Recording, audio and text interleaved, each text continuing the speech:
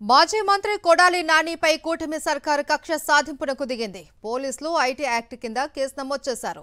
చంద్రబాబు కుటుంబ సభ్యులపై అసభ్య కామెంట్స్ చేశారంటూ కేసు నమోదు చేశారు. 2024లో విశాఖ 3 టౌన్ పిఎస్లో కొడాలి నానిపై పలు సెక్షన్ల కింద కేసు నమోదు చేసిన పోలీసులు 41A నోటీసులు ఇచ్చారు. మాజీ మంత్రి కొడాలి నానిపై కూటమి సర్కారు కక్ష సాధింపునకు దిగింది.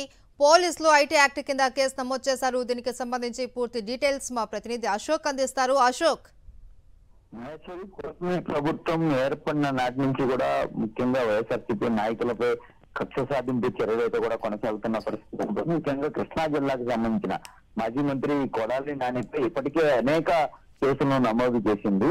ఆయన కోర్టును ఆశ్రయించి ప్రస్తుతం ఆయన బెయిల్ పై ఉన్న పరిస్థితి కనబడుతుంది. అదే ఇలాంటి సమయంలో తాజాగా ఏడాది క్రితం విశాఖ 3 టౌన్ లో అంజనా ప్రియ అనే ఒక మహిళ ఫిర్యాదు చేసిన కేసుకు సంబంధించి తాజాగా ఇప్పుడు నోటీసులు ఇవ్వడం తీవ్ర చర్చనీయాంశంగా మారిందని చెప్పుకోవచ్చు.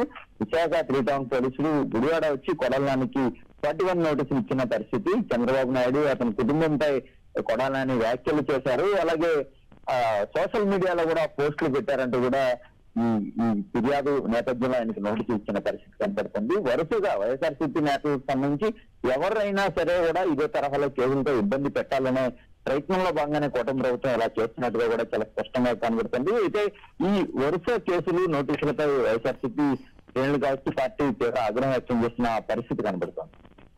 Right, thank you Ashok.